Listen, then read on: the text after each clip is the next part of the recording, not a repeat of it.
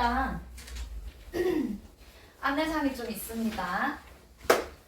자, 책을 안 가져오거나 하면 어떠한 페널티가 있냐면 이제 오늘 수업 들은 내용을 프린트물을 줄 거 아니야, 인쇄해서 줄 거 아니야. 오늘 수업하는 내용의 프린트물의 필기를 본인의 책에 옮겨 오셔야 돼요. 근데 옮긴 걸 쌤한테 오늘 12시 전까지 보내셔야 돼. 무슨 말인지 알겠어요? 책을 안 가져오면 쌤이 인쇄를 해줘. 대신 미리 말을 해줬다라는 가정하에. 자, 그러면 그 인쇄물에 필기한 것을 본인의 수업책에 옮겨서 밤 12시 전까지 쌤에게 영상으로 보낸다. 오늘 영상으로 보내야 되는 친구 태섭이 그리고 희재. 알겠어요? 표시를 좀 해서 올게요.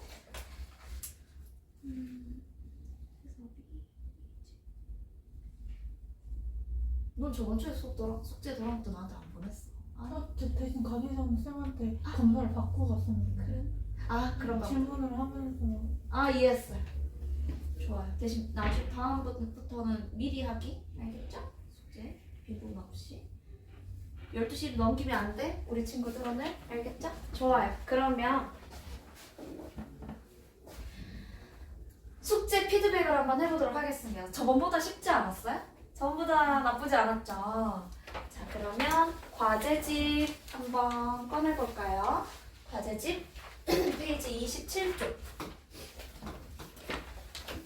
과제집 페이지 27쪽. A2 질문. 없어. 넘어가고. 자, 30쪽에는 얘들아 좀 고쳐주실 게 있어요. 95번 답 1번입니다. 95번의 답은 1번이에요. 답지에 오류가 있었어요. 해설은 1번이 답인 것처럼 해놓고 이제 1번이 아닌 2번이라고 답이 되어 있었는데 답은 1번입니다. 잘하셨고요. 그리고 31쪽 질문 있을까요? 여기 앞에 91번. 한 번만 다시 해주세요. 91번. 91번. 자, 91번. 어떤 게 질문일까요? 이게 무슨 말을 하는지 모르겠다. 그러면은 궁금한 게 있어. 이 문제 자체가 이해가 안 된다일 수도 있는데 약간 심기가 대체 뭐냐 약간 이런 질문이기도 합니다. 이 내용이 잘 모르겠어요. 그러면 지문 내용을 한번 같이 보도록 하겠습니다. 그러면 아마 쌤이랑 하고 나면 조금 이 문제를 풀 수 있을지도 몰라요. 말 자체가 좀 낯설어서 그럴 수 있어요. 우리 그러면 이 지문의 내용을 잠깐 한번 같이 보도록 할게요. 쌤이 어떤 방식으로 어떤 사고 과정을 거쳐서 푸는지 한번 보세요. 그리고 한 번만 좀 살펴볼게요. 본인이 푼 것들 잠깐만요.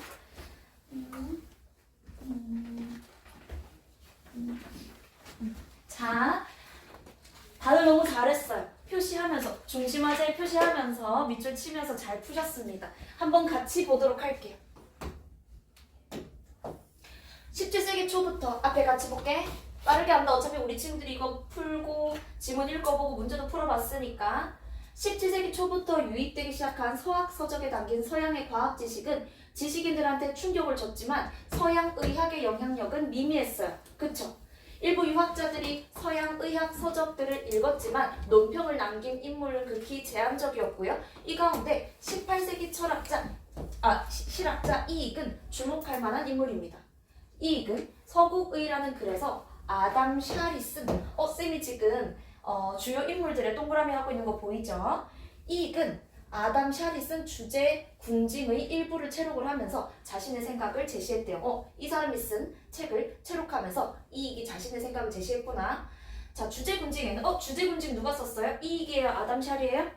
아담 샤리다 생각하면서 읽으세요. 아담 샤리 쓴 주제 궁징에는 당대 서양 의학의 대변동을 이끈 근대 해부학 및 생리학의 성과나 그에 따른 기계론적 인체화는 담기지 않았대요.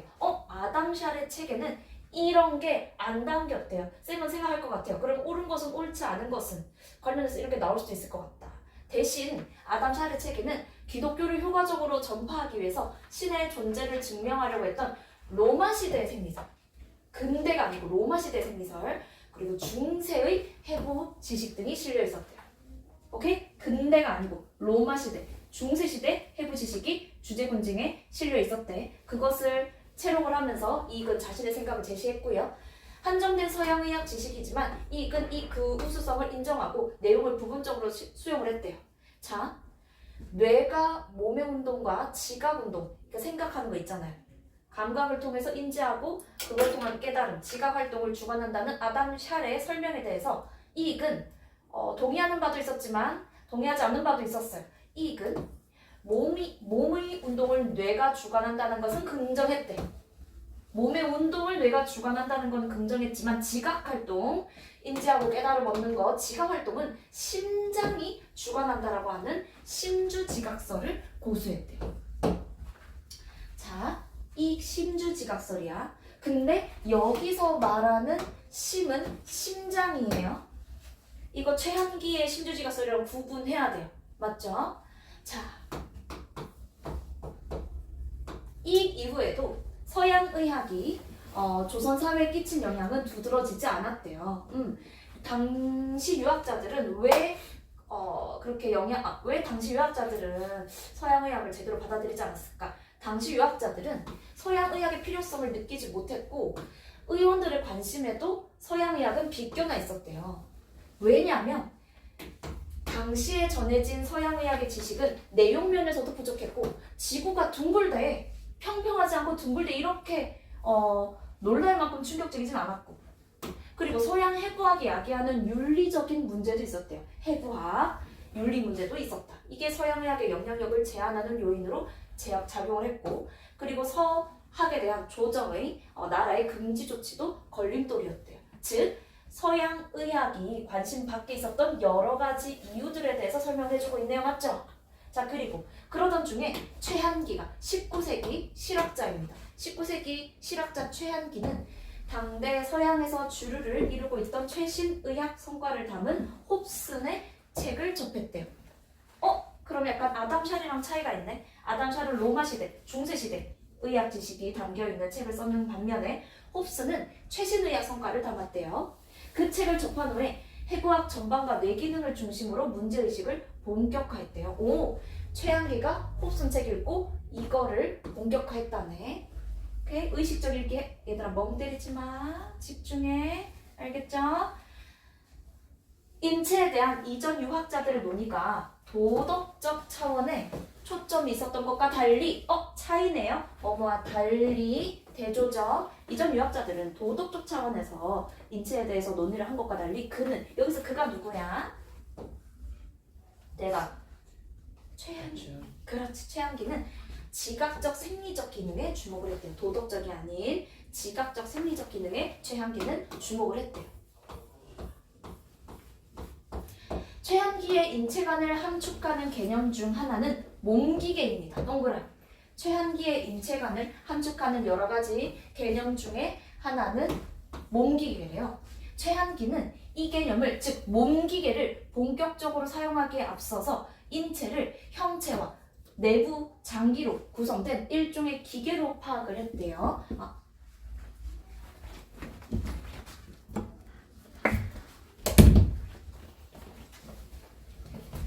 자, 맞다. 쌤 펜을 안 줬구나. 거기 펜 있죠? 좋아요. 자, 인체를 형체와 내부 장기로 구성된 일종의 기계로 파악을 하고 있었다. 이러한 생각은 전체 실론 등 홉슨의 저서를 접한 후 더 분명해졌대요. 자, 보세요. 자, 최한기는 얘들아 홉슨의 저서를 접한 후에 몸기계라는 개념을 만든 건가요? 아니에요.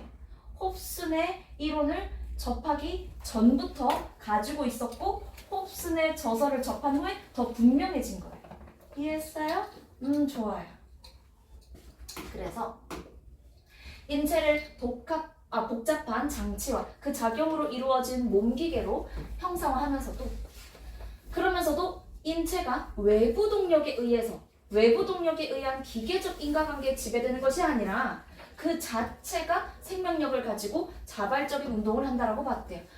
사람의 몸은 외부 동력으로 인해서 움직여지는 것이 아니고 인체 그 자체가 생명력을 가지고 자발적인 운동을 한대. 표시해라. 오케이. 이는 인체를 동그라미 신기와 결부해서 이해한 결과였대요. 신기가 뭘까요? 신기한 기운이에요. 그냥 간단하게 생각하면 돼요. 인체를 신기한 기운, 사람 몸에는 신기한 기운이 있고 이걸 가지고 자발적 운동을 한다라고 최한기가 봤나봐. 보세요. 인체를 신기와 결부시켜서 이해한 결과래요. 이 생각이, 이 이는이 앞에 말을 얘기를 하고 있는 거잖아요. 그쵸? 자, 기계적 운동의 인과관계를 설명하기 위해서는 원인을 찾는 과정이 꼬리에 꼬리를 물고 이어지게 된대요. 이 운동을 하는 이유는 이것 때문이고 이건 또 이것 때문이고 하면서 계속 꼬리에 꼬리를 물고 이어지게 된대. 따라서 이러한 무한 소급, 계속해서 과거로, 이전으로 거슬러 올라가는 무한 소급을 끝내기 위해서는 운동의 최초 원인을 상정해야 된대요. 기계적 운동의 인과관계를 설명하기 위해서는 설명하려면 원인을 찾는 과정이 계속 이어지고 이걸 끝내려면 운동의 최초 원인을 상정해야 되구나. 자, 이 문제를 해결하기 위해서 무한소급의 문제를 해결하기 위해 의료 성교사인 홉스는 아까 최한기 홉스는 영향받았다 했죠? 자, 홉스는 창조주와 같은 질적으로 다른 존재를 상정했대. 홉스는. 근데 최한기는 기독교적 세계관을 부정했대요. 기독교적 세계관을 부정했던 최한기는 인체를 구성하는 이 신기를 신체 운동의 원인, 신기한 기운, 우리의 몸 안에 신기한 기운이 있어. 그러니까 창조주 덕분이야가 아니고 우리의 몸 안에 신기한 기운이 있고 이게 신체 운동의 원인이야 로 규정해서 이 무한 소급의 문제를 해결하려고 했대요. 무슨 말인지 알겠어요? 예수님께서 어쩌고저쩌고 이런 걸 안 믿은 거야, 최한기는. 자, 최한기는 전체 실로 누가 쓴 거였다 했죠? 아까? 그렇죠. 자, 최한기는 전체 실론에 수록된 뇌로부터 온몸에 쫙쫙 뻗어져 있는 신경계 그림을 접하고 신체 운동을 주관하는 뇌의 역할과 중요성은 인정했대요. 하지만 표시하고 있어요. 하지만 뇌가 운동뿐만 아니고 지각 활동을 주관한다라는 홉슨의 뇌주지각설에 관심을 기울이면서도 홉슨의 뇌주지각설에 관심을 기울이면서도 우리 최한기가 생각했을 때 뇌주지각설은 완전한 체계를 이루기에 불충분하다라고 봤대요. 그러면서 뇌가 지각을 주관하는 과정을 창조주의 섭리로 보고 지각작용과 기독교적 영혼 사이에 연관성을 부각하려 한 전제신론의 견해를 부정하고, 자 이거 보세요. 대신 심이 지각 운용을 주관한다라는 심주지각설이 더 유용하다라고 주장했대요. 여기까지만 봤을 때 뭔가 이익과 최한기가 동일해 보이죠? 동일한가요? 아니죠. 어디가 다르죠? 이익은 여기서 이 심이 뭐였죠? 이익의 심은 심장. 자, 그러면은 우리 최한기의 심은요? 그렇지. 그러나 종래의 신주지각설을 그대로 수용한 것은 아니었다. 기존의 신주지각설이 심을 심장으로 보았던 것과 달리 최한기는 신기의 심으로 파악을 했대요. 신이한 기운의 심. 이 신이한 기운의 심. 자, 그에 따르면 최한기에 따르면 이 신기는 신체와 함께 생성되고 소멸되고 관련이 돼 있네요. 신체가 생성되면 신기도 생성되고 신체가 소멸하면 신기도 어떻게 돼요? 소멸되고 관련이 있네요. 신기가 신체와 함께 생성되고 소멸된다. 오케이? 91번의 디귿과 관련이 돼 있겠네요. 이 부분은 신기는 신체와 함께 생성되고 함께 소멸돼요. 오케이? 91번의 디귿과 관련이 돼 있네요. 자, 어쨌든 그에 따르면 신기는 신체와 함께 생성되고 소멸되는 것으로 뇌나 심장과 같은 인체기관이 아니고 이 신기, 쌤이 아까 말했잖아요. 신기는 기운이에요. 그래서 어떤 구체적인 인체기관이 아니고 몸을 구성하면서 형체가 없이 몸을 막 두루두루 돌아다니는 게 신기래요. 무슨 말인지 알겠어요? 신기는 유동적인 성질을 지녔는데 그 중심이 심입니다. 신기의 중심이 심이고 이 심이 지각 운용에 영향을 미치는구나. 이해했어요? 신기는 상황에 따라서 인체의 특정 부분에 더 높게 혹은 낮게 이렇게 몰립니다. 그래서 특수한 경우에는 다른 곳으로 중심이 이동하기도 한다. 자, 근데 신기가 균형을 이루어야지 생명활동과 지각이 제대로 이루어진대요. 균형 중요시 여겼고. 자,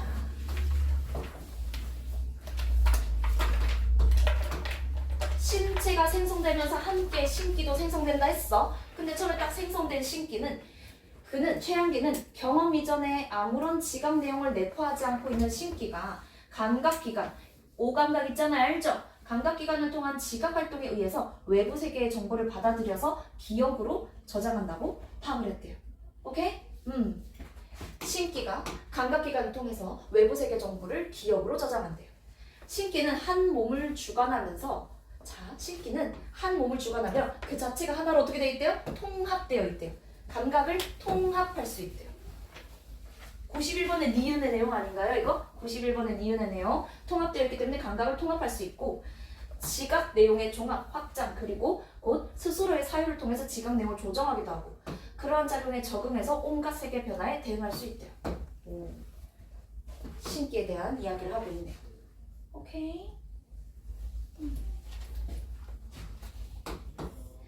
자, 최양기의 인체관은 서양의학과 신기 개념의 접합을 통해 서양의학 플러스 신기 이렇게 접합을 통해서 새롭게 정립된 것이다. 비록 양자 사이의 결합이 완전하진 않았지만 서양의학을 맹신하지 않고 주체적으로 수용했다 하면서 의의를 얘기하면서 끝내고 있네요. 오케이? 자, 91번에 왜 답이 3번인지 알겠나요? 기억 틀렸죠? 심장에서 지각 활동이 나온다? 아니라고 했잖아요. 맞죠? 최양기는 신기의 신입니다. 그리고 이거 심장에서 운용하는 신기가 있다? 아니에요. 맞죠? 니은 기으신. 또 질문. 자, 30쪽. 은 아까 넘어갔고. 그리고 가격 탄력성 31쪽. 32쪽. 아까 쌤 쓱 보니까 100번도 우리 친구들 잘 푸셨던데요? 맞나요? 좋아요. 100번. 아까 우리 세영? 세영 숙제 검사 쌤이 했나? 맞죠?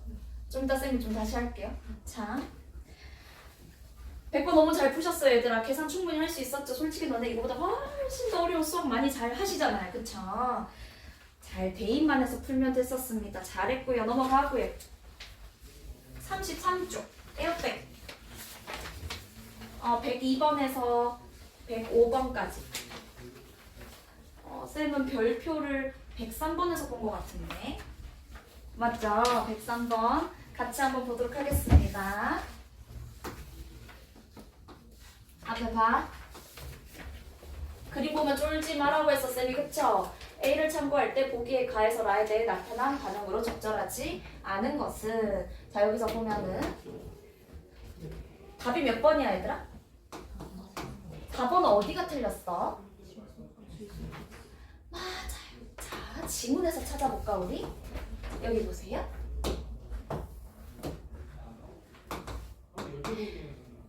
에어백 작용이 결정되면 여기 한번 볼게요. 우리 친구들 여기 찾으셨어요? 여기 에어백 작용이 결정되면 찾았어요?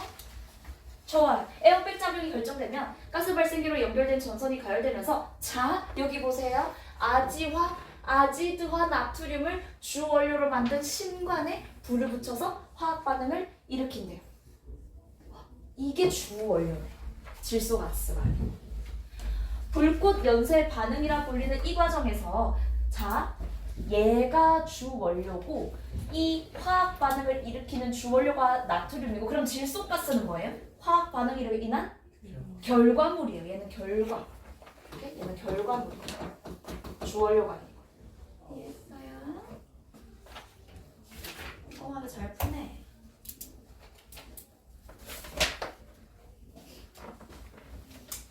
(35쪽)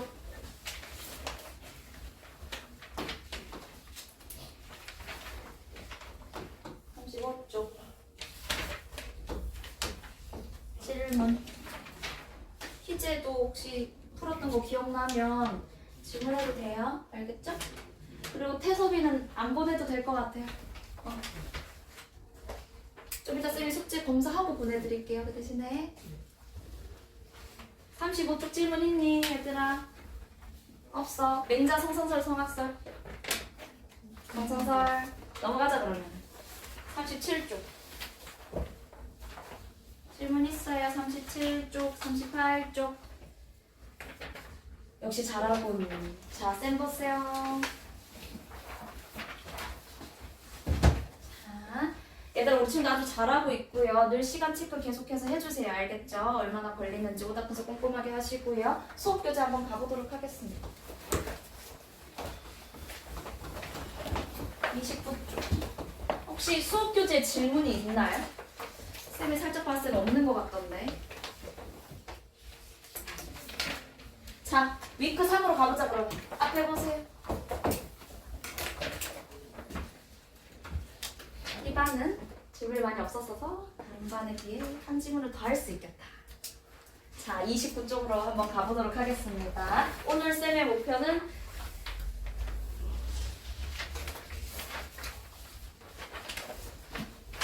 39쪽까지거든요.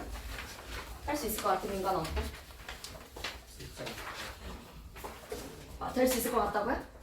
쌤이 나가시면 자 해보도록 하겠습니다. 절대 시간을 오버를 하진 않을게요. 근데 쌤 봐요. 쌤은 한 4시 55분쯤에 맞춰줄 거예요. 근데 만약에 누가 한 명이라도 눈을 감는다, 존다, 바로 그냥 5시 5분이야. 알겠어? 눈 감지 마. 보도록 할게요. 우리는 지금까지 계속 뭘 하고 있었어요? 우리는 문장 읽기, 문맥 읽기 하면서 문장 안에서도 중심 화제를 찾아보고 문단 안에서 중심 내용을 파악하고 하는 활동을 했었잖아요.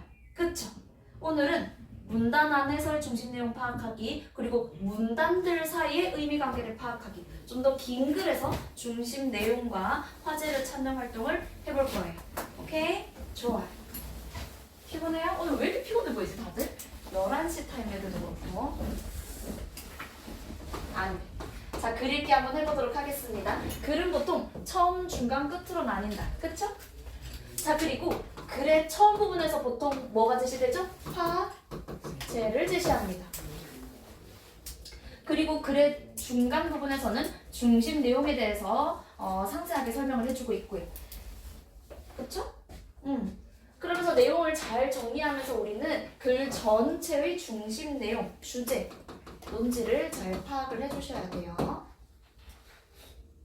자, 그럼 어떻게 글 전체의 중심 내용을 파악을 할 수 있냐?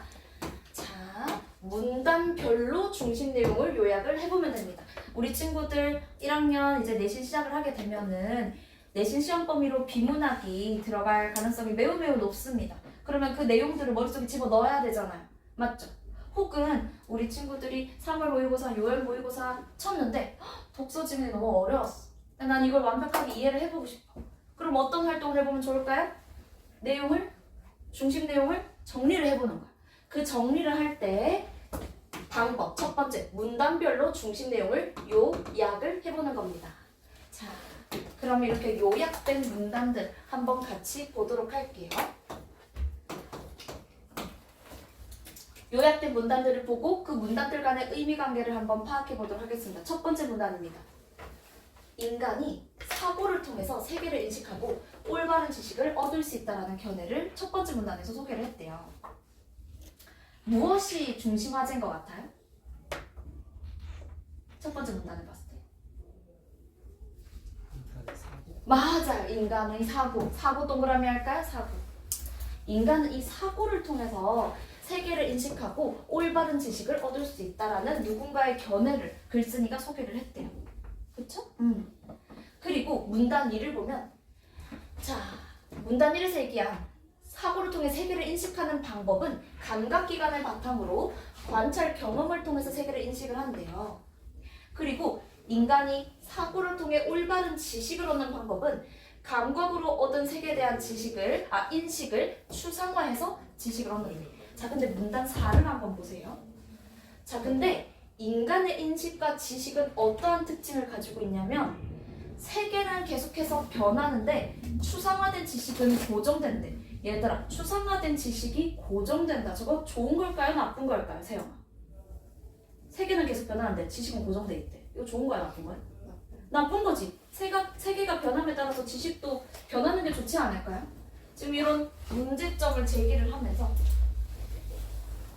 결국 마지막 문단에서 뭐라고 하냐면 인간의 사고는 변화하는 세계를 총체적으로 인식을 할 수 없대요. 그래서 온전한 지식을 얻을 수 없대요. 인간의 사고를 통해서는 온전한 지식을 얻을 수 없다. 왜? 변화하는 세계를 총체적으로 인식할 수 없기 때문에. 오케이? 자, 그럼 물어볼게요. 첫 번째 문단과 마지막 문단 중 글쓴이의 견해가 담긴 문단은 몇 번째 문단일까요? 마지막. 그렇죠. 다섯 번째 문단입니다. 잘했어요. 글쓴이의 주장은 다섯 번째 문단입니다. 글쓴이의 주장, 글쓴이의 견해. 다섯 번째 문단에 있는 거야. 이해했어? 좋아. 잘하네. 그러면 결국엔 얘들아 첫 번째 문단에서 누군가의 견해를 소개하고 이 견해에 대한 보충, 뒷받침 부분이 2, 3, 4. 근데 이거 아니야. 이거 문제 있어. 그래서 나는 이렇게 생각하지 않아. 글쓴이의 주장이고. 자, 그래서 스텝 1 한번 같이 보도록 할게요. 스텝 1. 이 글에 중심하지 않는 인간의 사고. 자, 스텝 2 한번 보도록 할게요. 스텝 2. 문단 간의 내용적인 흐름에 주목을 하면서 중심 내용을 파악을 해보도록 할게요. 첫 번째 문단에서는 자, 쌤이 지금 괄호를 했어요. 여기다 견해라고 쓰시고요. 여기 오게티가 있습니다. 쌤이 지금 초록색으로 괄호한 부분 중에서 지워야 하는 부분이 있어요. 어떤 단어를 빼야 되거든요. 어떤 말을 빼야 할까요? 태석이 알겠어요? 글쓴이. 맞아요. 글쓴이 X. 글쓴이의 견해가 아니었잖아요. 어떤 누군가의 견해였는데 글쓴이는 이렇게 생각하지 않았었잖아요. 그렇지. 잘했어. 오케이? 자, 그리고 두 번째 문단에서 네 번째 문단까지는 인간이 사고를 통해서 지식을 얻는 과정과 지식의 특징을 구체적으로, 세부적으로 살폈습니다. 그래서 2에서 4는 중심 화제에 대한 세부 내용을 제시하는 문단. 그리고 5번 문단에서는 앞서 말한 내용을 종합해서 결론을 내리고 있다. 사실 그래서 다섯 번째 문단이 중심 내용이다. 쌤이 방금 보라색으로 총체적인 형광펜 했어요. 그쵸? 총체적이 무슨 뜻이에요? 분리하는 거야? 묶는 거야? 하나로 묶는 거. 보라색 형광펜 잘 봐주시고요. 넘어가 보도록 하겠습니다. 글의 중심 내용을 요약을 할 때는 얘들아 앞서 한 것처럼 문단별로 내용들을 요약을 한번 해보고 그리고 이렇게 얘들아 쌤 봐요. 여기다 밑줄 줄이 막 그어져 있죠. 뒷받침 부분은 과감하게 뺄 수도 있어요. 만약에 글 전체의 내용을 한 문장으로 정리해라고 하면 쓸데없다기보다는 약간 뒷받침하는 보충 부분을 최대한 빼는 거야. 이 글을 정리하는 데 있어서 반드시 들어가야 되는 문단은 첫 번째로 5번 문단이고요. 두 번째는 첫 번째 문단인 거예요. 이해했어요? 자, 그래서 볼까? 따라서 이 글을 정리해보면 여기 뭐 들어갈까? 인간이 무엇을 통해서는? 사고를 통해서는 무엇을 얻을 수 없다? 온전한 지식을 얻을 수 없다 라는 중심 내용으로 정리할 수가 있다. 저 친구 왜 안 왔지?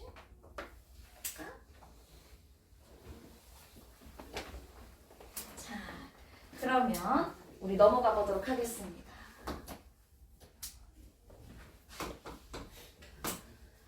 자, 우리는 이번에는 이 문단 내용을 한번 정리를 해보면서 이 문단 뒤에 어떤 내용이 또 연결될 수 있는지도 보도록 할게요. 오케이? 자, 우리 친구들이 다음 주까지 해야 되는 과제집에 들어가 있는 지문이기도 하거든요. 한번 같이 보도록 할게요. 첫 번째 문단. 열차 운행의 중요한 과제는 열차를 신속하게 운행하면서도 열차끼리 충돌 사고를 방지하는 것이래요. 과제가 두 가지네. 첫 번째, 신속하게 운행. 두 번째, 사고 방지. 이쪽 쳐볼까? 쳐볼까?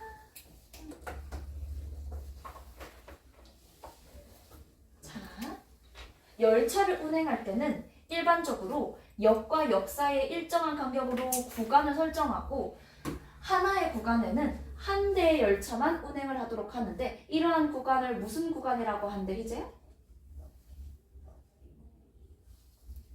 그렇죠. 너무 잘했어요. 폐색 구간. 자, 그리고 이 얘들아 첫 번째 문장에서 쌤이 밑줄 친 부분, 두 번째 문장에서 쌤이 네모 친 부분을 잘 봐요. 그리고 문장 3을 볼게요. 폐색 구간을 안전하게 관리하면서도 속도를 높이는데 도움을 주기 위해 첫 번째 문장에서 이야기를 한 내용과 두 번째 문장에서 표시한 중심화제가 다 들어가네요. 폐색 구간을 안전하게 관리하면서도 열차 운행의 속도를 높이는데 도움을 주기 위해서 열차나 선로에는 여기 물결, 다양한 안전장치들이 설치가 되어 있다. 사실 얘가 제일 중요한 말이에요. 자, 쌤이 지금 괄호하는 거 보세요. 노란색으로 괄호하는 거 우리 친구들도 괄호해주세요.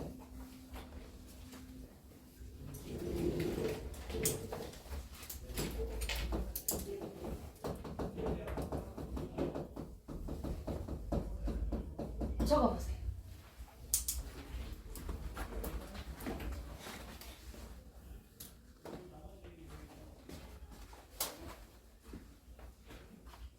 쌤이 괄호친 부분에 무엇이 들어가야 할까요? 잘했어. 맞아. 다양한, 그렇죠.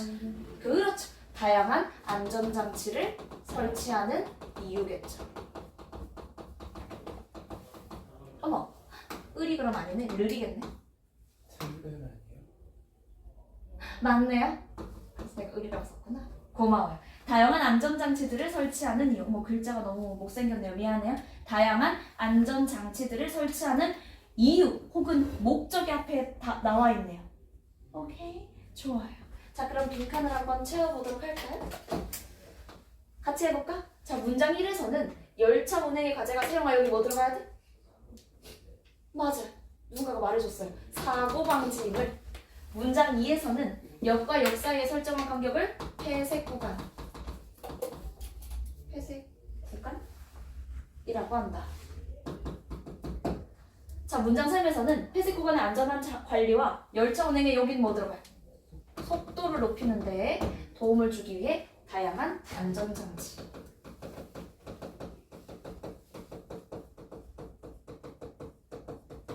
설치되어 있다고 했습니다. 문장 3이 문장 1, 2를 종합한 겁니다. 이 글의 이 전체 글의 중심화제는 그럼 아마 다양한 안전장치가 될 겁니다. 자, 그래서 문장 3의 얘들아 질문할게요. 자, 지금 다양한 안전장치를 설치하는 이유가 이미 나와 있기 때문에 이 뒷내용은 이유를 굳이 한 번 더 언급을 할 필요가 없어요. 이유는 이미 있으니 그러면 다양한 안전장치의 종류라든지 작동 원리라든지 이런 게 나오겠죠. 빈칸에 여기 뭐 들어가요? 그렇지. 이유는 이미 있기 때문에 다양한 안전장치의 종류 혹은 작동 원리 이어지겠죠? 정말 잘하고 있군. 좋아요. 미안해, 하나만 힌트 줄게. 어휘 퀘스트. 방지. 아이 쉽다. 방지가 뭐야? 막는 거잖아. 그쵸? 좋아요. 넘어갑시다. 이번엔 글이 너무 길어. 그치? 할 수 있다. 할 수 있다. 자, 서정아. 우리 민족은 단일 민족이다 라는 생각에 대해 어떻게 생각해? 뭔가 맞는 말인 것 같죠? 우리는 한민족이야. 우리의 저기 시조 거슬러 올라가 보면 단군 왕검이 우리는 모두 단군 왕 단군의 자식들이야. 우린 하나야. 에 대해서 동의하시나요? 동의를 해요.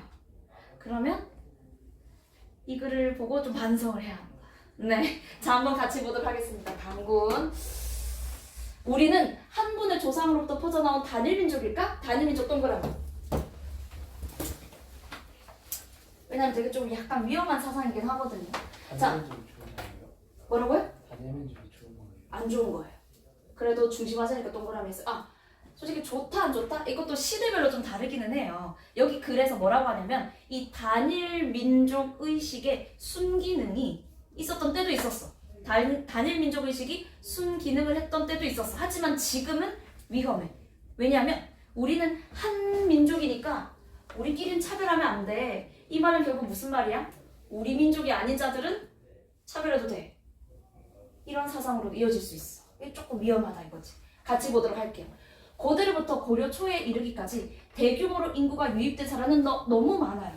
대규모로 인구가 유입된 사례 너무 많고 또 거란, 몽골, 일본, 만주족 등의 대대적인 외침 역시 무시할 수 없다. 외침이 뭐예요 여기서? 외부 침략입니다. 그러니까 이 사람은 무슨 말 하고 싶은 것 같아? 우리는 단일 민족이 아니야. 이 말 하고 싶은 것 같아요. 자, 두 번째 문단 볼게요. 고조선의 건국 시조로서 단군 인정할 수 있다. 단군 인정할 수 있지만 여기 보세요. 한민족 전체의 공통조상으로서의 단군을 받드는 건 옳지 않대요. 자, 뭔가 중요한 것 같아. 왜냐? 글쓴이의 주장이에요. 맞죠? 한민족 전체의 공통조상으로서의 단군을 받드는 건 옳지 않대요. 왜냐하면 각 성씨의 족보를 보더라도 자기 조상이 중국으로부터 도래했다고 중국으로부터 왔다. 중국으로부터 들어왔다. 라고 주장하는 귀하 성씨가 적지 않아요. 그리고 한국의 토착 성씨인 김씨나 박씨를 보더라도 그 시조는 아래서 태어났지 단군의 후손임을 표방하진 않는다. 김씨의 시조가 누구죠? 여기 김씨 있잖아요. 너 어느 김씨야? 광산 김씨. 김씨 또 누구 있죠 여기? 어느 김? 같네요. 자, 우리의 시조 김수로왕입니다. 김수로왕은 알에서 태어나셨어요. 자,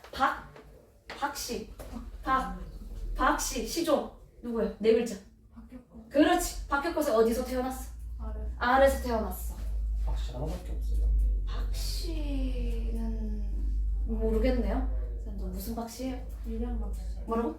밀양박씨. 밀양박씨밖에 안 들어본 것 같긴 한데. 박씨 그래. 무슨 박씨 맞겠죠. 김씨도 엄청 우리 진짜 흔해요. 그 김씨는 맞죠? 네. 권씨는 잘 없을걸?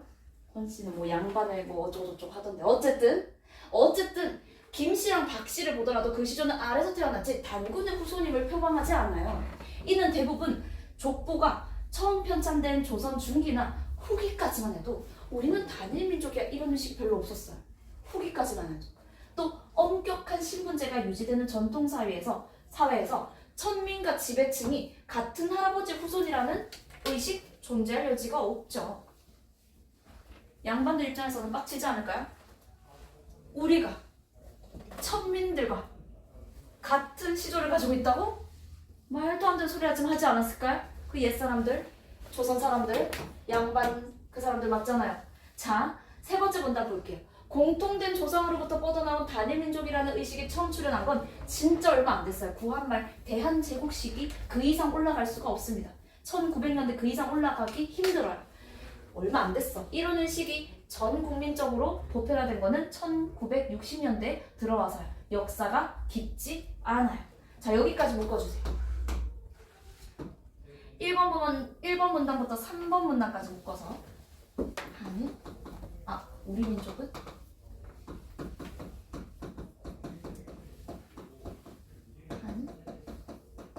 민족 X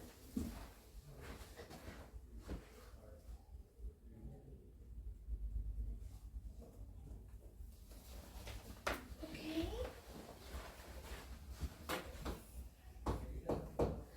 자, 그리고 네 번째 문단 한번 같이 보도록 할게요.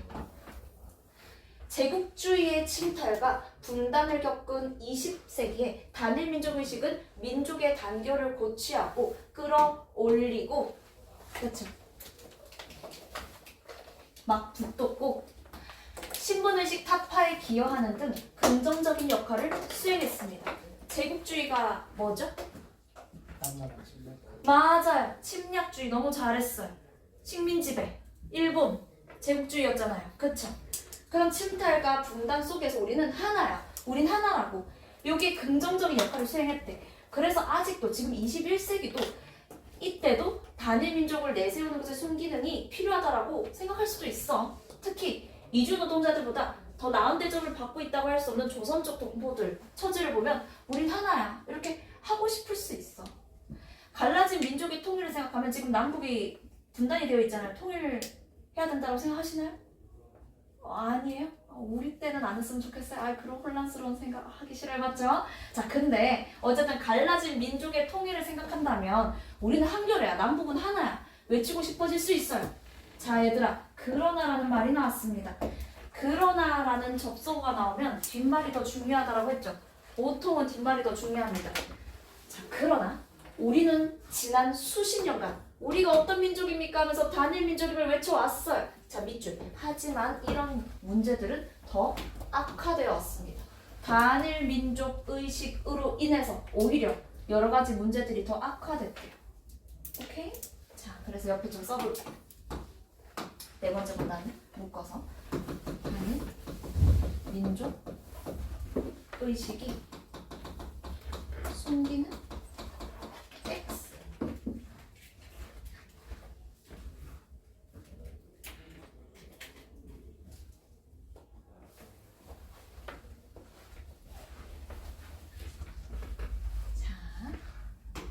쌤도 이글 읽기 전에는 그게 그렇게 뭐가 그렇게 문제가 있을까 이렇게 생각을 하기도 했어요. 근데 다섯 번째 문단 보세요. 이제 우리는 조금 다른 식으로 생각을 해야 됩니다. 같은 민족이기 때문에 차별하면 안 된다는 논리는 유감스럽지만 다른 민족이면 차별해도 돼 이렇게 될 수 있다고요. 하나의 민족, 하나의 조국, 하나의 언어를 강하게 내세운 나치 독일 어떻게 됐어요? 유대인 학살, 주변 국가에 대한 침략. 맞죠? 물론 이런 가능성이 늘 현재화되는 건 아니지만 밑줄. 단일 민족 의식 속에는 억압, 차별, 불관용이 오히려 모순적으로 숨겨져 있습니다. 쌤이 지금 밑줄 친 부분 중에 무엇이 어휘 테스트로 나올 것 같아요? 불과요. 그렇죠. 맞아요. 눈치가 이제 빨라졌네요. 자, 관용이 뭐예요? 맞아요. 용서하고 이해하고 베푸는 거야. 그럼 불관용은 용서하지 않는 거예요. 이해하지 않고 품지 않는 거예요. 맞죠? 좋아요. 자, 빈칸을 좀 채워볼까요? 조금 힌트를 드릴 테니까 우리 한번 해볼까요? 채워보세요. 시작. 다 할 수 있다고 하시는 거 아니에요? 네? 그럼 다 할 수 있다. 아니에요. 하나, 둘, 두세 개 정도 드릴게요.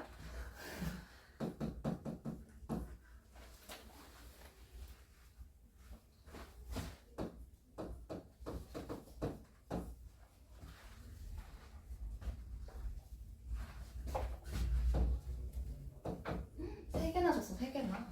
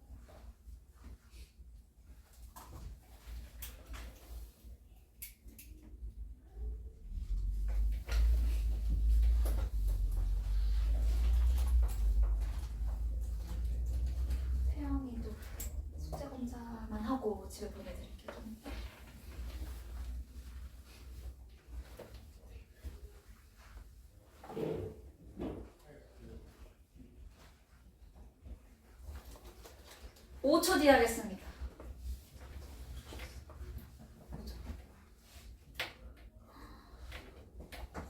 괴력에서 보잖아. 5, 4, 3, 2, 1. 같이 해보자. 앞에 해보세요. 얘들아, 아까 우리 4문단까지 이렇게 적었으니까 5문단도 마저 적어볼까요? 5문단이 중심 내용이거든요. 단일 민족 의식에서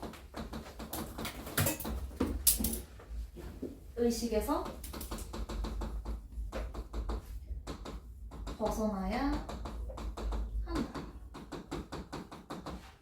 적으시면 됩니다.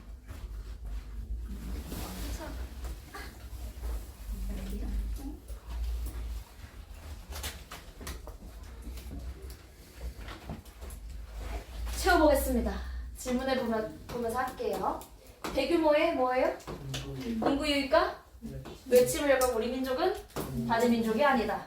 대규모의 인구 유입과 외침을 겪은 우리 민족은 단일 민족이 아니야. 여러 가지 볼까요? 맞아요. 사례를 볼 때 단군이 우리 민족 전체의 공통 조상이라는 인식은 옳지 않습니다. 단일 민족 의식은 언제 시작했어요? 한말에 시작해서 1960년대에 보편화됐으므로 역사가 깊지 않습니다. 4번 여기 이 기억지읒은 뭘까요? 긍정적 역할을 너무 잘했어요. 단일 민족 의식이 긍정적 역할을 했던 시기에 있었어. 하지만 지난 수십 년간 단일 민족 의식은 민족 간의 차별 등 문제를 좀 더 악화시켰습니다. 차별 등의 문제를 점점 더 악화시켰다. 이해했어요? 좋아요. 자, 그리고 단일 민족 의식에는 억압과 차별과 불관용이 숨어 있으므로 우리는 민족 의식에서 벗어나야 합니다. 이 글은 우리 민족이 단일 민족이 아니라는 근거 1, 2, 3과 단일 민족 의식이 우리 사회에 순기능을 하고 있지 않다는 점 4를 바탕으로 우리는 단일 민족 의식에서 벗어나야 한다. 5를 중심 내용으로 하는 글입니다. 오케이, 됐어요? 좋아요. 넘어가 봅시다. 아주 잘하고 있어. 자, 글의 중심 내용을 파악하는 방법에 대해서 우리는 배우고 있어요. 글의 중심 내용들을 얘들아 문단별로 요약도 해보고 구조도도 그려보고 하면은 글의 내용을 이해하는데 정말 큰 도움이 돼요. 자, 근데 구조도를 그리려면 내용 간의 의미관계를 파악할 수 있어야 되잖아요. 그쵸? 자, 어떤 의미관계들이 있을까? 먼저 첫 번째, 종속적 의미관계를 가지는 경우가 있을 거 아니야. 다양한 종속적 의미관계를 살펴보도록 하겠습니다. 종속적이다 라는 말은 어떤 내용이 다른 내용의 밑으로 들어갈 수 있다는 뜻이에요. 무슨 말인지 알죠? 상하위로 파악되는 관계. 자, 첫 번째 점에 무엇이 들어가야 될까? 보세요. 앞문단이 개념이나 주지를 제시하고 주지가 뭐냐면 주제가 되는 요지라는 뜻입니다. 주제가 되는 요지. 보라색으로 쌤이 흰색펜을 했네. 주제가 되는 요지. 앞문단이 개념이나 주지를 제시하고 뒷문단이 그 내용을 구체적으로 설명하면서 뒷받침하는 관계를 말한다. 주지와 첨가의 의미관계. 센스를 좀 볼까? 두 번째 점의 빈칸에는 뭐가 들어가야 될 것 같아요? 주장 갖고. 맞아요. 한 문단이 특정 인물이나 학파장의 주장, 다른 문단이 주장의 근거. 잘했어요. 주장과 근거.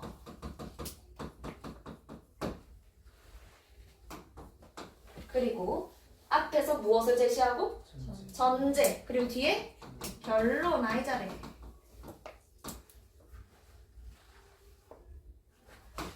혹은 앞에서 원리를 제시하고 뒤에 적용. 원리와 적용. 원리를 주고 이게 어떻게 적용되는지 실제로 보여주면 원리와 적용.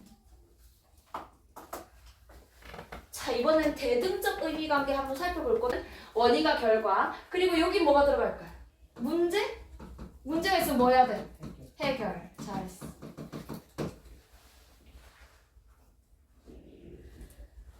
그리고 열거는 얘들아 쌤 보세요. 열거 같은 경우에는 중심 화제에 대해서 대등한, 비슷한 대상들을 나열하는 관계가 열거. 자, 그리고 마지막 점은 쌤이 좀 질문해 볼게요. 우리 친구들 첫 번째 수업 시간에 했는데 나랑 이거 뭘까요? 맞아요. 역시 너무 잘해. 똑똑해. 통시. 기억나시나요?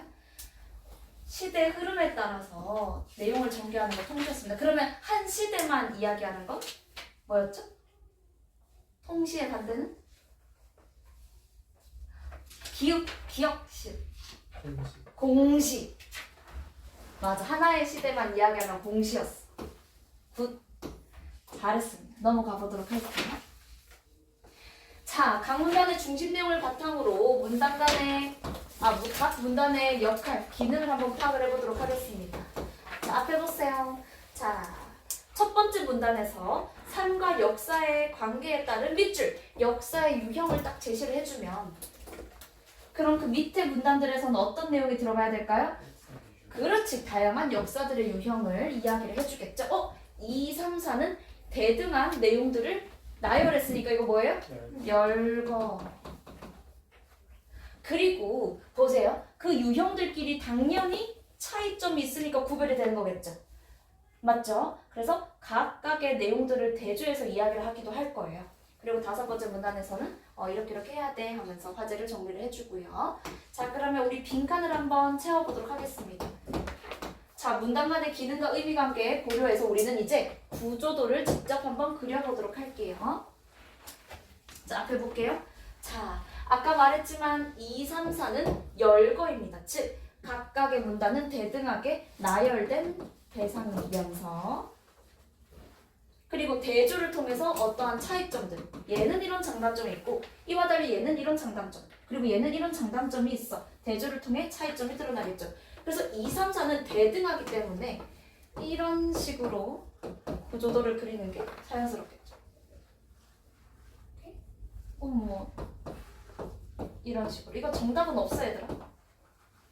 다만 그 의미 관계에 맞게 구조도를 그려야 되는데 어떻게 그리느냐는 본인의 또 스타일대로 그리면 됩니다. 본인이 봤을 때 잘 한눈에 파악이 될 수 있도록 구조도를 그려야 돼요. 자, 그럼 1과 2, 3, 4의 관계는 어떨까? 자, 2, 3, 4는 모두 1에 종속된 친구들입니다. 맞죠? 2, 3, 4는 모두 1에 종속되는 내용들이기 때문에 이들은 모두 1의 상위 항목이야? 하위 항목이야? 그렇죠. 오케이. 그럼 어떻게 구조도를 그리면 좋을까요? 이런 식으로.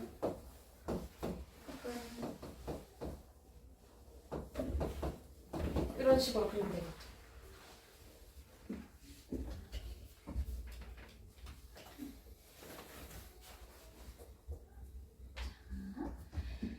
그리고 남은 5는 화제를 정리하는 거기 때문에 이렇게 끝에 이렇게 그리면 될 것이고. 오케이? 본인이 생각했을 때 한눈에 이렇게 보일 수 있게 구조도를 그리면 됩니다. 넘어갑시다. 자, 기출 예문으로 원리를 한번 확인을 해봅시다. 문단 간의 관계를 파악해서 또 구조도를 그려볼 거야. 자, 쌤 봐요. 쌤이 여기서 힌트를 많이 줄 거야. 그럼 우리 친구들이 또 채울 거야. 오케이? 앞에 봐요. 첫 번째 문단은 무엇의 개념을 설명하고 있어요? 신장의 개념에 대해서 설명을 해주고 있네. 신장의 개념에 대해서 설명을 해주고 있네. 자, 그리고 두 번째 문단. 신장의 네프론이란 장치에서 노폐물이 여가가 뭐야? 걸러지고 신장의 네프론이란 장치에서 노폐물이 여가되고 그리고 인체에 필요한 포도당, 수분 등은 재흡수된대요. 그러면서 지금 신장의 너무 잘했어요. 신장의 기능에 대해서 이야기를 해주고 있어요. 신장은 이렇게 하거든. 근데 어떠한 원리를 통해서 기능을 하냐면 하면서 세 번째 문단에서 설명하는 거거든요. 신장은 이런 기능을 하는데 어떤 원리를 통해서 기능을 하냐면 하면서 신장의 작용 원리에 대해서 이야기를 해주고 있어요. 그래서 두 번째 문단이 첫 번째 문단의 내용을 좀 더 상세화해서 이야기를 해주고 있고 세 번째 문단이 두 번째 문단에 종속되고. 이해했어요? 신장은 이런 거야. 근데 신장은 이런 기능을 하거든. 이런 기능을 하기 위해 이러한 작용 원리를 지닌다. 오케이? 그리고 그리고 네 번째 문단 보도록 하겠습니다. 자, 신장에 근데 이상이 생기면 인체에 여러 문제가 생기거든. 그래서 그럴 때는 이제 신장을 이식받거나 혹은 신장을 이식받거나 인공신장에 의지해야 된대요. 갑자기 새로운 화제가 등장했어요. 인공신장.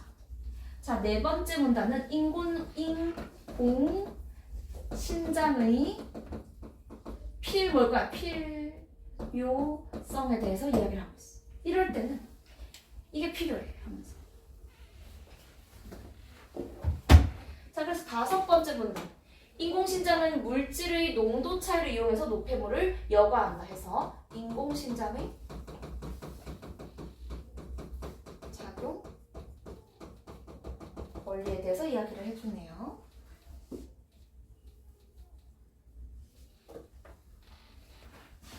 자, 보세요. 인공신장은 이런 점에서 필요해.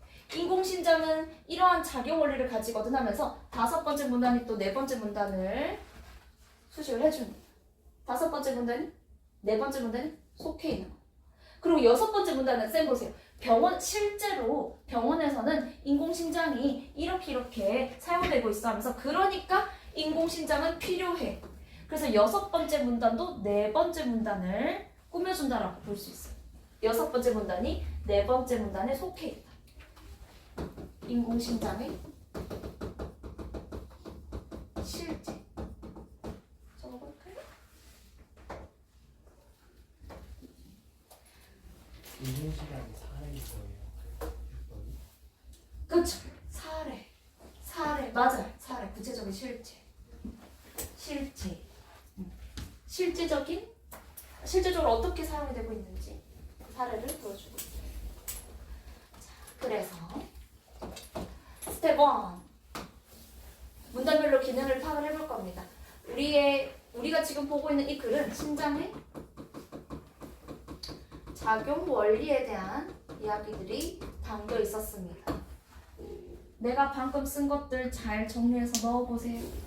한번 보시면 네.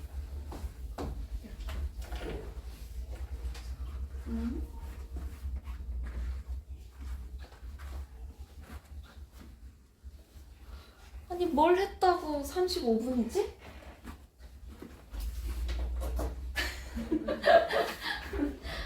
왜 20분밖에 안 남았지?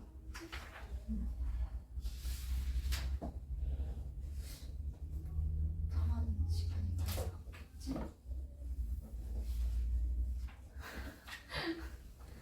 아직도 20분이나. 뭐라고? 아니요. 5시 5분에 가고 싶다고? 아니요. 우리 밥 5분 늦게 먹어도 되게 괜찮은데? 다 채웠니? 아이 쉬워. 여기도 하는 거예요. 그래 여기 다 채워 여기 채워라 여기. 여기 채워줘. 태영이 다 채웠어? 좋아요.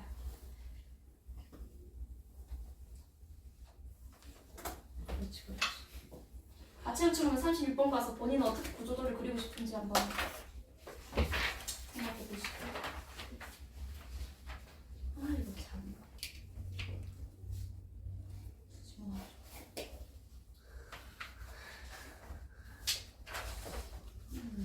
안 해도 숙제 아니에요? 맞아.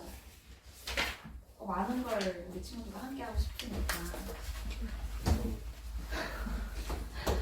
채웠어. 내가 다 적어줬잖아 위에. 정리하면서 내용 익혔죠? 자 넘어가 보도록 하겠습니다. 그냥 위에 있는 거 그대로 쓰면 되는 거였어요. 신장의 개념 맞죠? 어쩌고 저쩌고 신장의 작용 원리 다 썼을 거라고 믿고 넘어갑시다. 자 그러면은 구조도를 그려보도록 하겠습니다. 자 첫 번째 문단이 있고 그리고 첫 번째 문단에 대한 이야기. 첫 번째 문단은 신장의 개념이었고요. 그쵸? 그리고 두 번째 문단은 신장의 기능. 맞죠? 그리고 세 번째 문단은 그 기능을 하기 위한 원리 담겨 있었고. 근데 네 번째 문단에서는 인공신장의 필요성이 있었고. 그리고 네 번째 문단에 대한 구체적에서는 다섯 번째 문단. 그리고 여섯 번째 문단. 뭐 이런 식으로 그릴 수 있을 것 같아요. 넘어가자.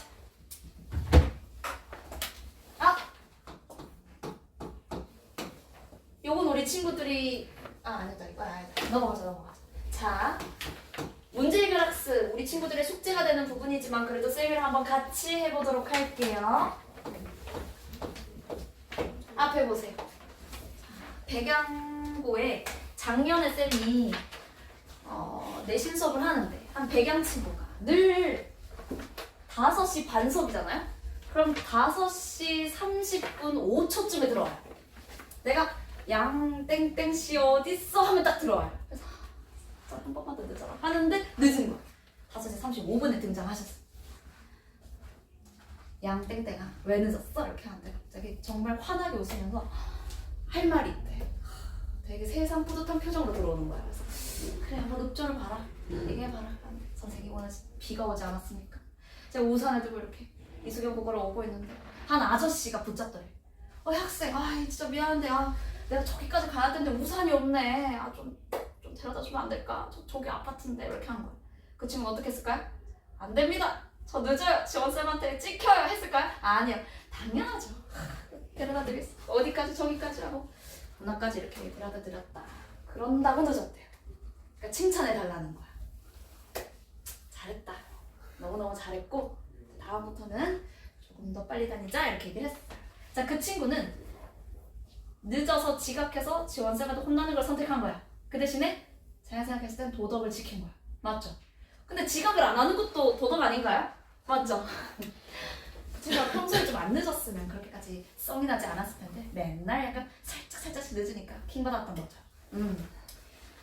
자, 쌤이 지금 이 얘기를 하는 이유가 있습니다. 여기 비슷한 상황이 있습니다. 우리 친구들은 도덕적인 사람인가요? 한번 보시면서 생각을 해보세요. 다음 상황을 생각을 해봅시다. A가 등교하는 길에 A가 너네라고 생각해봐. A가 등교하는 길에 다리가 불편한 할머니가 아이고 하면서 횡단보도 건너는 걸 도와달라고 하셨어요. 근데 지금 학교에 빨리 가지 않으면 지각해서 벌점을 받게 됩니다. A는 할머니를 도와야 될까? 아니면 학교에 가야 할까? 김민관이라면 어떻게 할 거예요? 저는 착하기 때문에 할머니요. 그렇죠. 벌점을 얻는 대신 할머니를 도와드린다. 자, 근데 문제는 금방도 말했지만 학교에서 지각을 하면 안 된다. 이것도 도덕이에요.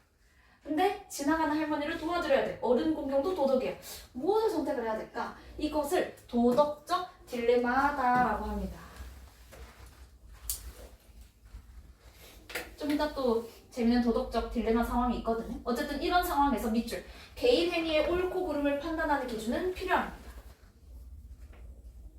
맞아, 기준이 있어야지. 그래야지 이게 도덕적인지 부도덕적인지를 판단할 수 있잖아요. 자, 이런 기준을 우리는 크게 두 가지 관점에서 제시할 수 있습니다. 첫 번째 관점은 의무론적 관점, 두 번째 관점은 목적론적 관점입니다. 그러면 우리는 생각을 해야죠. 이 뒤의 내용은 의무론적 관점과 목적론적 관점에 대해서 이야기를 해주겠구나. 자, 두 번째 문단 같이 보도록 할게요. 자, 의무론적 관점은 행위에 대한 도덕적 판단이 도덕 법칙에 따라 이루어져야 한다고 봤대요. 어디다가 밑줄 치고 싶어요?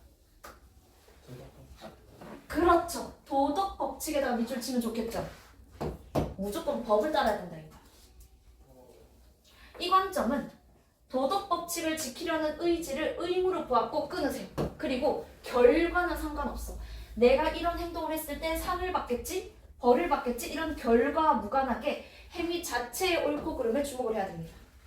어른을 공경해야 된다. 왜는 없어. 그냥 무조건 공경을 해야 돼. 옆에 있는 친구를 괴롭히면 안 된다. 이유는 없어.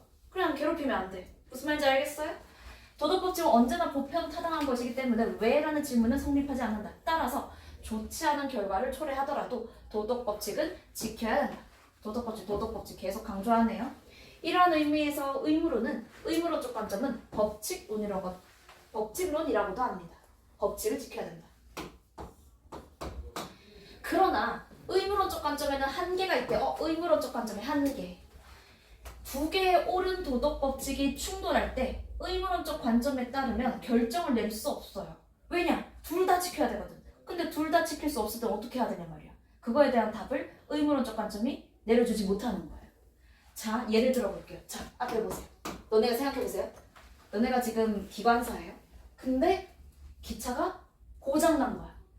1번과 2번 중에 무조건 선택을 해야 돼. 1번 철로와 2번 철로 중에 선택해야 돼. 멈추는 건 없어. 근데 1번 철로에 3명의 인부가 일하고 있어요. 2번 출로에 5명의 인부가 일하고 있어요. 자, 1번과 2번 중에 무엇을 선택하실 건가요? 1번엔 3명, 2번엔 5명이야. 몇 명 죽일 거예요? 무조건 죽여야 돼. 3명, 5명. 누가 있는지에 따라 다르잖아요. 맞아요. 보통은 얘들아 그러면 생각해봐. 누가 있는지를 몰라.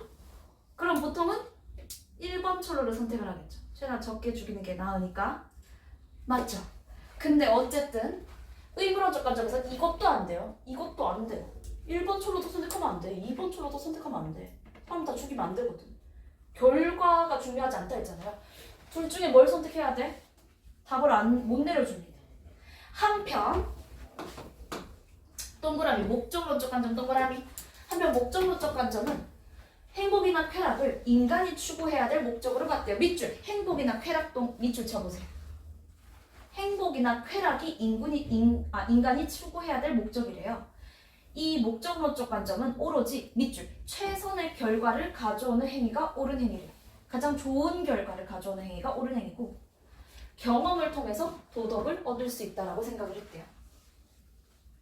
도덕은 얘들아 보다 많은 사람에게 보다 많은 행복을 가져오는 행위. 혹시 최대 다수의 최대 행복 이런 말 들어보셨나요? 공리주의적인 관점 맞죠? 목적론적 관점에서는 많은 사람에게 많은 행복을 가져오는 게 도덕적이래요. 따라서 어떤 행위를 결정할 때는 의무론적 관점과 달리 미래에 있을 결과를 고려해야 됩니다. 이런 의미에서 목적론적 관점을 결과론이라고도 합니다. 그럼 목적론적 관점에서는 1번과 2번 철로 중에 반드시 1번 철로를 보통은 1번 철로를 선택을 하겠죠. 자, 근데 목적론적 관점도 한계가 있습니다. 똑같은 결과라도 사람마다 이게 옳은지 그른지 판단이 달라질 수 있는 예외가 너무 많아요. 위의 예에서 1번 철로를 선택하는 것이 목적론적 관점에서 옳은 선택이야. 하지만 예외가 있죠. 1번 철로에 있던 인부의 가족들에게 1번 철로를 선택하는 게 맞을까 하면 절대 안 되죠 할 거 아니야. 너네도 1번, 2번 중에 보통은 1번을 선택하려고 하겠지만 1번 철로에 내가 있으면요? 절대 안 하죠. 그쵸. 바로 나오네요. 좋아요. 자, 그렇기 때문에 이런 문제 때문에 목적론적 관점은 도덕 법칙에 너무나 많은 예외를 허용할 수가 있다. 얘도 둘 다 완벽하지 않은 이론이네요. 쌤은 목적론적 관점 진짜 큰 문제가 있다고 보거든요. 왜냐면 최대 다수의 최대 행복이잖아요. 그러면 우리는 한국이랑 중국이랑 축구를 할 때 누구를 응원해야죠? 중국을 응원해야죠. 중국 인구가 훨씬 더 많잖아요. 맞죠? 이런 한계가 있다고요. 맞죠? 무조건 최대 다수의 최대 행복이 맞는 건 아닌 것 같은데 두 이론 다 한계가 있네요. 묶어볼게요. 2, 3, 4, 5 이렇게 묶어볼까요? 자, 묶었으면 빈칸을 채워보도록 하겠습니다. 쌤이 힌트를 또 드릴게요. 정말 많은 힌트를 드릴 거예요. 이번에는 믿어보세요. 자, 일단 채워보고 있으세요. 우리 친구들 알아서 채워보고 있어봐. 우리 방금 내용 다 했잖아. 내용 요약하면서 정리하고 있어요.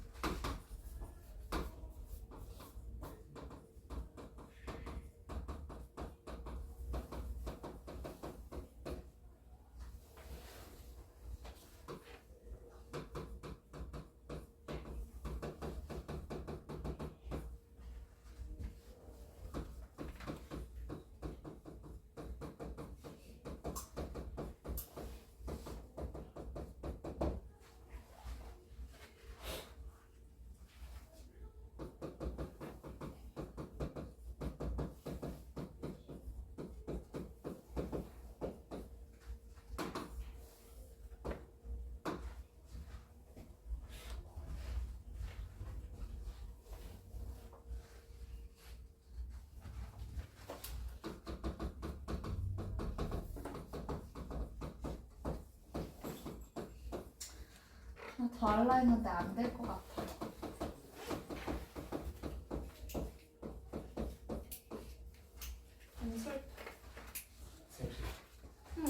이현서도 선생님이 가르치세요. 이현서 그 친구랑 친해요? 같이 맨날 다녔는데 그 친구 되게 조용한 친구인데 그치? 맨날 숙제 안 해가지고. 아니요. 해와요? 저번에는 조금 덜 해가지고 12시까지 보내라 했어. 되게 얌전한 친구인 것 같은데 아닌데. 인간에는 약간 밝고 귀여운 친구잖아요. 그쵸? 아닌가 봐요. 좀 반응이 썩 좋지가 않네요.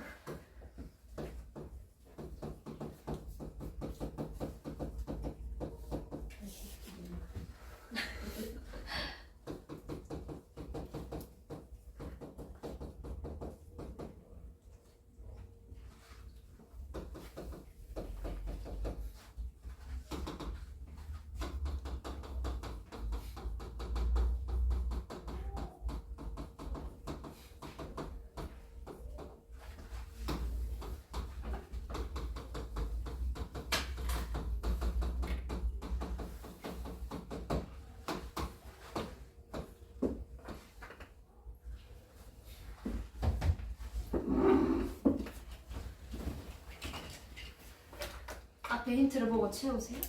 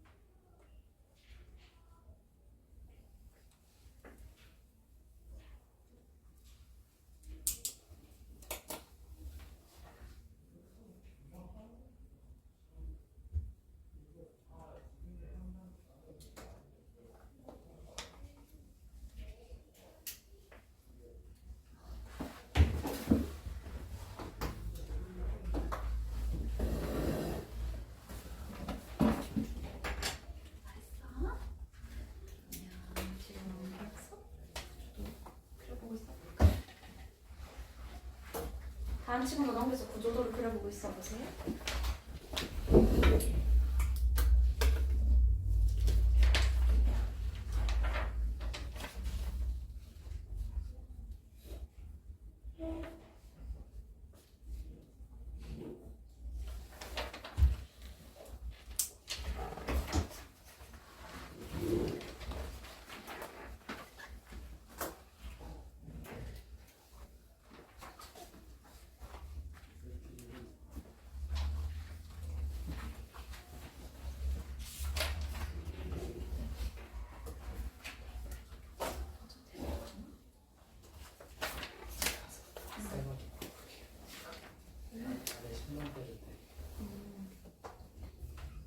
괴력을 발휘 선정만 쌤들로 고쳐야 되잖아. 자, 앞에 보세요. 같이 해봅시다. 아니 나는 진짜 한 지문 더 할 수 있을 줄 알았거든. 아니네. 자, 괜찮아요. 어차피 숙제입니다. 뒤에 있는 것들은. 자, 앞에 보세요. 자, 의무론적 관점. 의무론적 관점에서는 무엇에 따라? 도덕법칙에 따라 뭐를 판단해? 행위. 도덕법칙에 따라 행위를 판단하며 뭐와 상관없이? 결과와 상관없이 행위 자체의 옳고 그름을 중시합니다. 도덕법칙에 따라 행위를 판단하며 결과와 상관없이 행위 자체 옳고 그름을 중시하고요. 자, 그리고 세 번째 문단도 여전히 의무론적 관점이죠. 의무론적 관점은 두 개의 옳은 도덕법칙이 뭐 할 때? 충돌할 때 결정을 내릴 수 없습니다. 이게 세부화제 1의 뭐예요? 한계입니다. 한계라고 써야 돼요. 한계. 자, 그리고 네 번째 문단 목적론적 관점. 목적론적 관점은 뭐예요? 많은 사람에게 뭐야? 최선의 결과. 많은 사람에게 최선의 결과를 가져오는 것을 중시합니다. 많은 사람에게? 많은 인간에게? 인간도 돼요. 인간도 맞아. 근데 많은이 들어간 줄 알았대. 많은 인간에게, 다수에게 최선의 결과를 가져오는 것을 중시합니다. 세부 화제 2에 What is this? 특징. 목적론적 관점이죠. 여전히 목적론적 관점은 사람에 따라서 똑같은 결과에 대한 뭐가? 판단이 달라질 수 있다. 세부 화제 2의 한계입니다. 이해했어요? 구조도는 우리 친구들이 한번 그려보면 좋을 것 같아요. 왜냐면 이게 정답이 있는 거는 아니거든요. 한번 그려봐요. 그려보고 쌤 거랑 한번 비교해볼까요?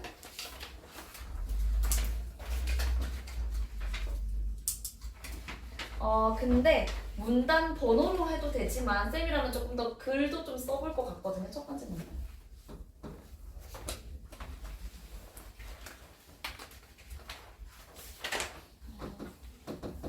요것만 하고 가자.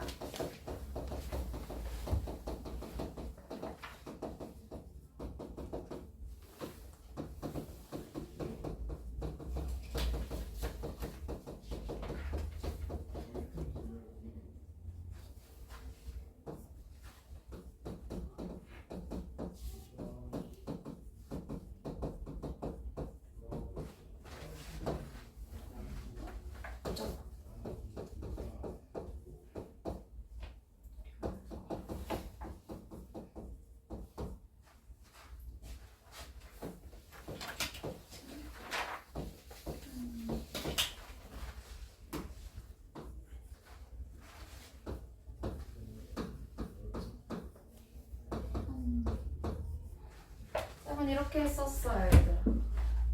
너네가 한 거 분명히 아주 단촐하게 했을 거라고 생각이 들어요. 그 옆에 이거 쓰고 집에 가볼까요? 가을이요. 기다려. 거기 테스트는 치고 가야지. 밑에 중심해야 되네요. 중심 내용 하고 가도 되나요? 중심 내용은 너네가 한번 정리해 보세요. 아닌가? 분명히 빠뜨리고. 선생님 죄송해요. 이거 진짜 아닌 줄 알았어. 이럴 것 같은데. 여기까지 쓰고 가자. 분명히 빠뜨릴 것 같아. 미안해. 못 믿어줘서. 정리해봐. 이거 정리하고 58만 하고 갈게.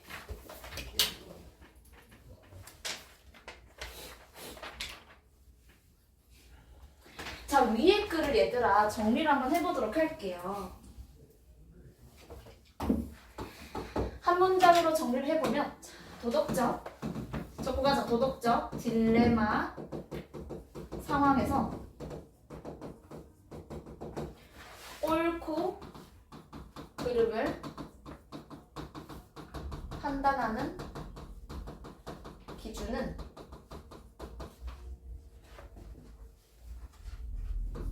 무엇에 따른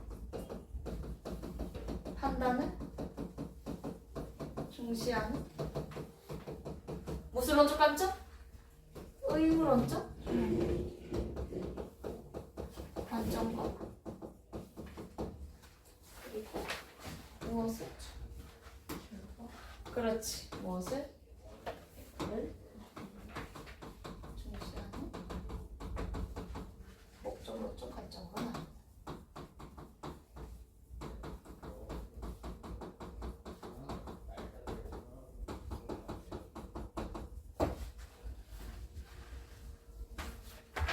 여기 빈칸에는 도덕 법칙과 최선의 결과가 들어가겠죠.